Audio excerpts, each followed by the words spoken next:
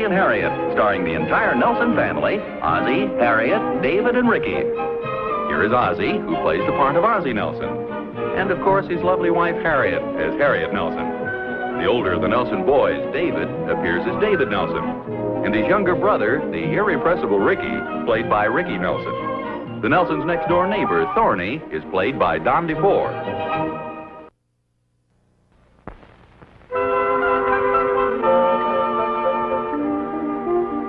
Well, good morning, everybody. I'm sorry I'm so late. Hi, Pop. Hi, Pop. Thought you weren't going to make it. Well, such a beautiful day, I hate to get out of bed. Any breakfast left? Well, I think so. I'll get your coffee. There's some toast right there in the... Well, now, that's funny. There was a whole plate of toast there, and a whole dish of strawberry jam, too. Where'd that disappear to? Maybe excuse, Mom, I'm full. I think you better stay right there and drink your milk. That's okay. All I want is a cup of coffee. And the newspaper, if I can find it.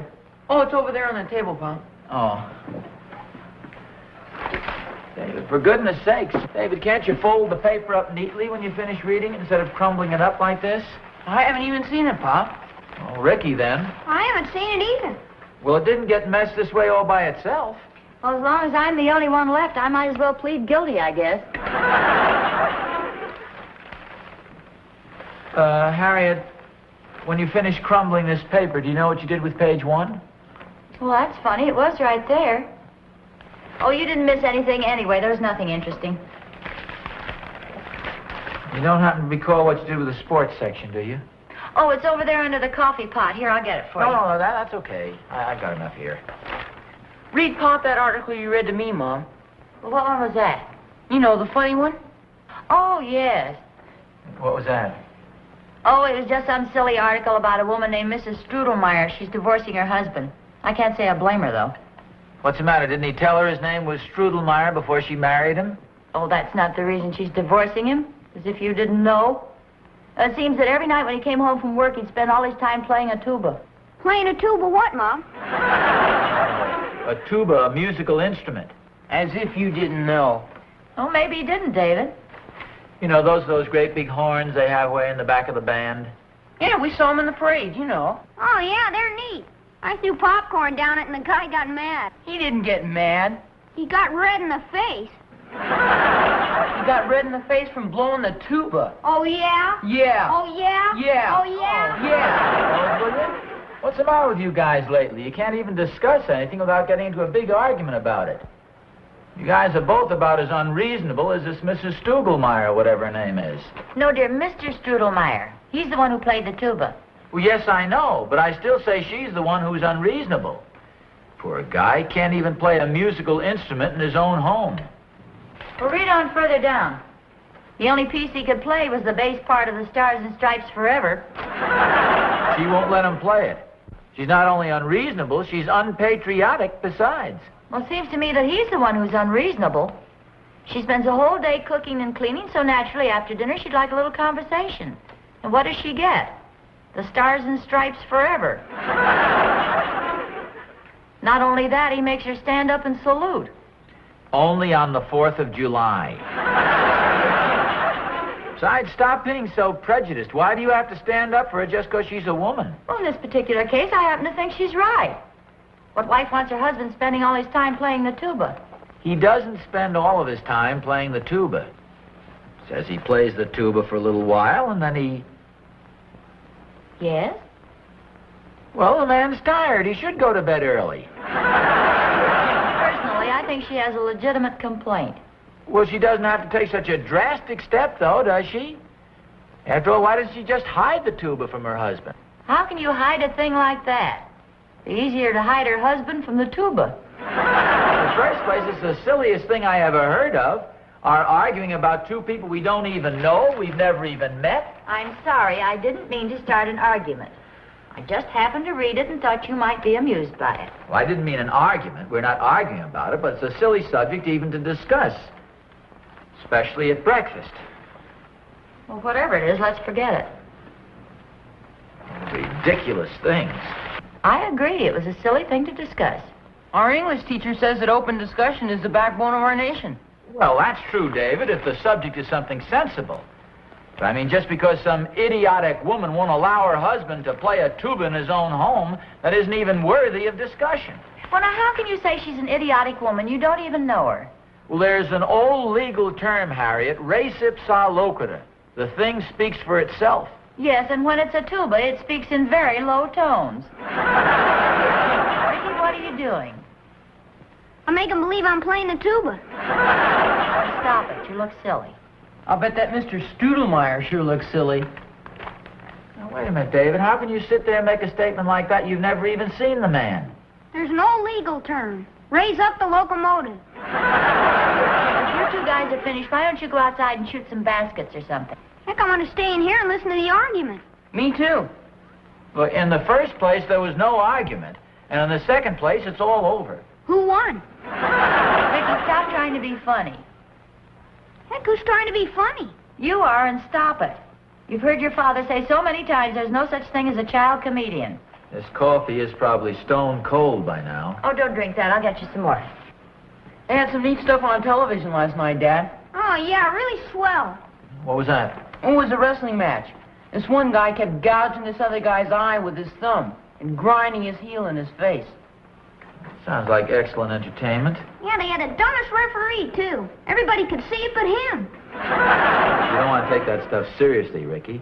Was there anything else to look at? Oh, yeah, they had a murder story on. Oh, yeah, that was really good. This man and his wife had an argument, and she poisoned him. She put poison in his coffee. He took one gulp and fell right over dead. Here's your coffee, dear. Drink it while it's hot.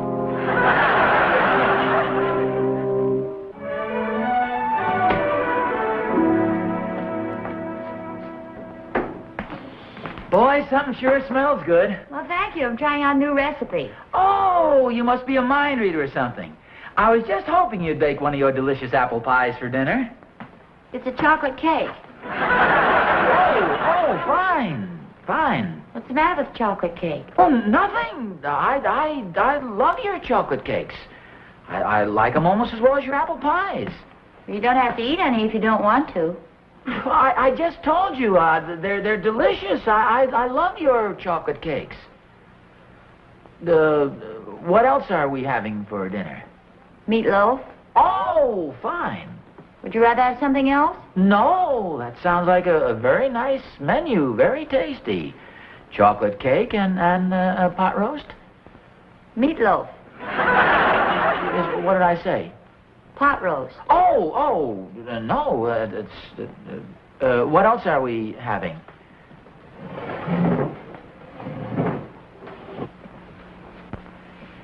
Potatoes. Now, don't tell me some of your marvelous mashed potatoes? Baked potatoes. Baked potatoes! What a coincidence! I was just hoping you were going to say baked potatoes. Then why did you say mashed potatoes?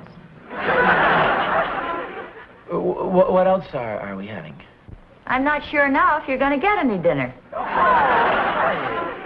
You wouldn't be so cruel as to deprive me of your wonderful cooking? Ah, you're beginning to smile. Those delicious baked potatoes? That's the smile. And that savory meatloaf? That's the nice big smile. And that terrific apple pie? That's... I meant the chocolate cake. I don't know why I said that. No, honest, I did, sweetheart. Darling? Master?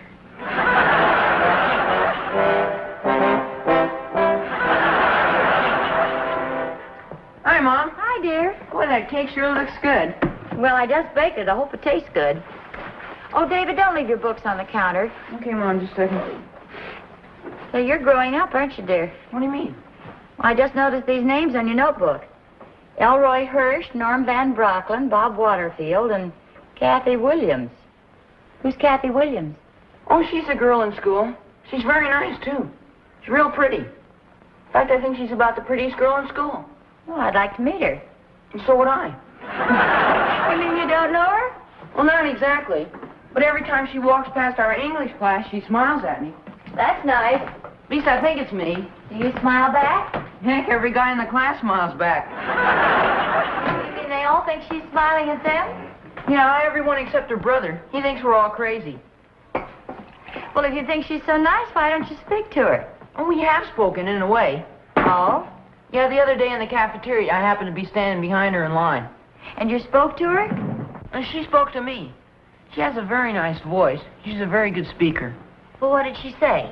She dropped her spoon on my shoe and she said sorry. Wasn't that nice? Oh, yes, very nice. What did you say? I said that's okay. Well, that was your big chance.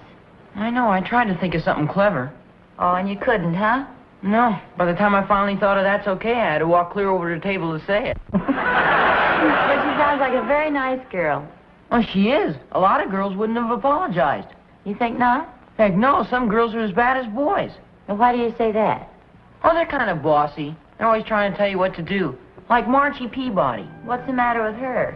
She's always trying to boss you around. Oh, and you like the shy type, huh? Oh, all boys do. Well, what about Kathy Williams? Oh, she's not bossy at all. She's just like you, Mom. Like me? Yeah, you know, you're always so nice to Pop. Well, thank you, dear. You never try to boss him around. Well, David, have you been talking to your father? No, ma'am, why? Oh, nothing. Anything the matter, Mom? No, dear, why? It's got a strange look on your face. Well, I just made up my mind about something, David. I'm going to bake a nice big apple pie for dinner.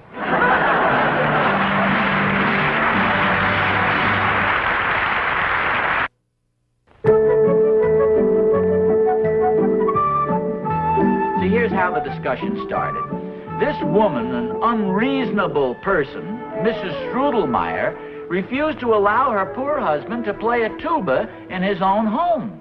And the amazing part is that Harriet, who is usually very level-headed, sided in with this unreasonable woman simply because, in this case, the woman happened to be the man's wife and of the feminine gender. Sounds a little silly, doesn't it? Well, certainly. The whole thing was pointless and silly, just as I said. That's the reason I went into the kitchen a while ago, and I tried to smooth the thing out with Harriet. My whole attitude was conciliatory and apologetic. I figured I should make the first overtures, and Harriet just completely fluffed me off, got pretty darn salty. Well, it's pretty obvious what your trouble is. You just don't know how to handle women. Oh, Thorny. Oz, you may not realize it, but I'm quite a student of psychology, especially when it deals with the intricacies of the feminine mind. Since when did all this happen? Oz, please, do you want me to help you or don't you? Well, I'd like to hear your opinion. Go ahead. All right. Well, then.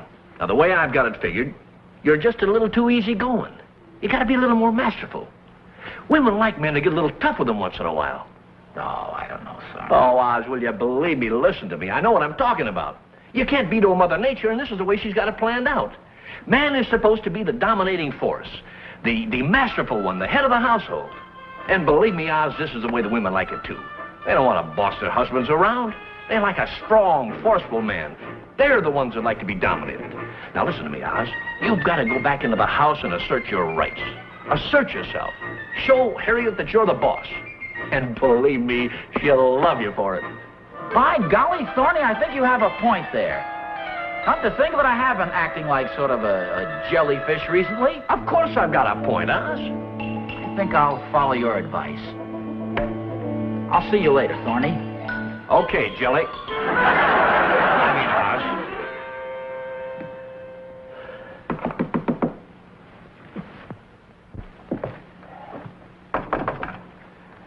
Catherine. Catherine. I'm finished smoking my pipe. Can I come in the house now, dear?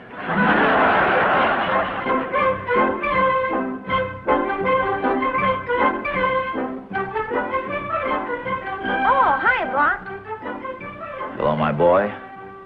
What's that? I said, hello, my boy. It's me, your son, Ricky. Yes, I know it is, Ricky.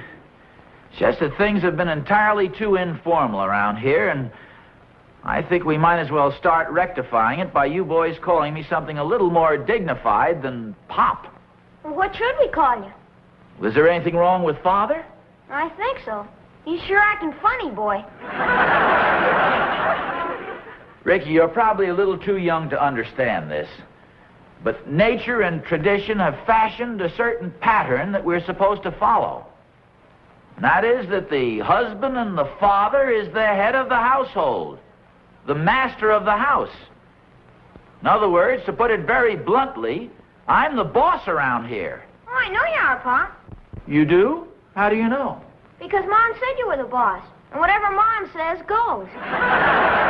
Well, from now on, what I say goes. I mean, what's that delightful odor coming from the kitchen? Mom's cooking an apple pie. Oh, an apple pie for dinner, eh? What's this pillow doing here on the couch? Mom said you might want to rest before dinner. Oh, trying to soften me up, eh? Well, as I was saying, from now on... Oh, boy. I think it's gravy or something. It sure smells delicious. Mom's cooking some mashed potatoes for dinner. Oh. Your mother's just trying to confuse me. And it's not gonna work, and she knows darn well it is. Come on, Rick, get washed up for dinner. Okay, Mom. Hello, dear. Oh, Harriet, what the heck is going on around here? Well, nothing's going on. Well, I mean, for one thing, what's the idea of the pillow on the couch? Well, the master of the house should have some rest. The head of the family needs a little relaxation. Oh, Ricky said it was for me. Well, it is. Aren't you the master of the house? Who, me? Yes, you. Oh, yes, of course. When will dinner be ready, woman? Well, when would you like to have it? 15 minutes? 15 minutes. All right. We can have it sooner if you like. No, 15 minutes will be just about right.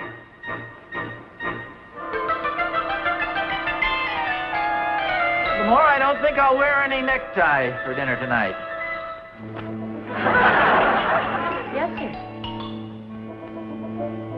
I don't think I'll wear a coat either.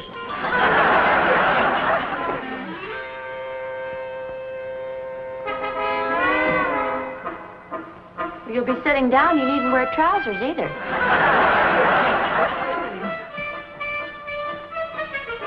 I think I'll relax and read the paper for a while. Oh, wait a minute. I'll get it for you. No, that's all right. I can get it.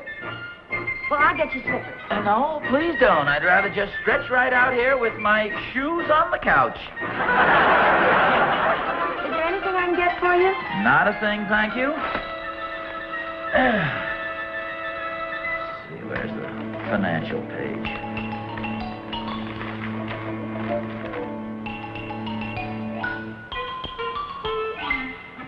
Oh, what's the use? I can't concentrate. Harriet, what the heck is going on around here anyway? Well, nothing's going on.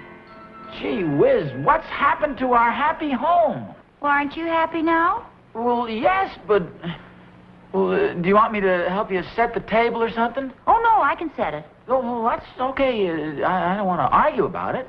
Oh, I'm not arguing. Oh, well, neither am I. I'm just trying to start a normal conversation. Oh, well, have it your way. Well, of course I'll have it my way. That's the way it's supposed to be. The husband and father are supposed to be the head of the household. Well, certainly it's been that way since time began. Sure. Maybe that's what's wrong around here. Well, look, dear, why don't you just lie down and relax, and I'll call you when dinner's ready. Oh, David! I'm sorry it took so long, Ma. Well, where have you been? Oh, don't you remember you sent me down to the grocery store? Well, that was over an hour ago. What happened? I met Kathy Williams down there. Don't tell me you walked home with her. Oh, heck, I couldn't let a girl carry all those heavy groceries. What all did she have? A loaf of bread. Is that all, for goodness sakes? Oh, it's a jumbo size. I met her, and I think she likes me. Really? Yeah, she said we're going to the movie Saturday. Some love picture. I suggested a Western, but she said no. Oh, she did she? You have to wear a tie, too. Well, sounds very formal. Yeah, she's going to teach me to rumba after the movies. To rumba? It takes two to tango. What's the matter, Mom? Oh, never mind. Keep going. Takes two to tango. She wants me to be a good dancer. In fact, she insists upon it. Wait a minute. I thought you didn't like girls who were bossy. Is she bossy? Well, she certainly sounds like it. Gee, coming from her, you'd never even notice it. You gonna do what she says? Sure, it'll be fun letting her boss me around. Oh, I see. I guess you don't really mind when you like a person.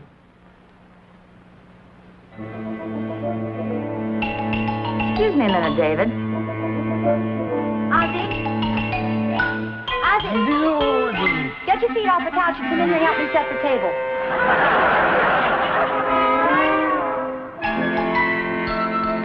Must have been dreaming.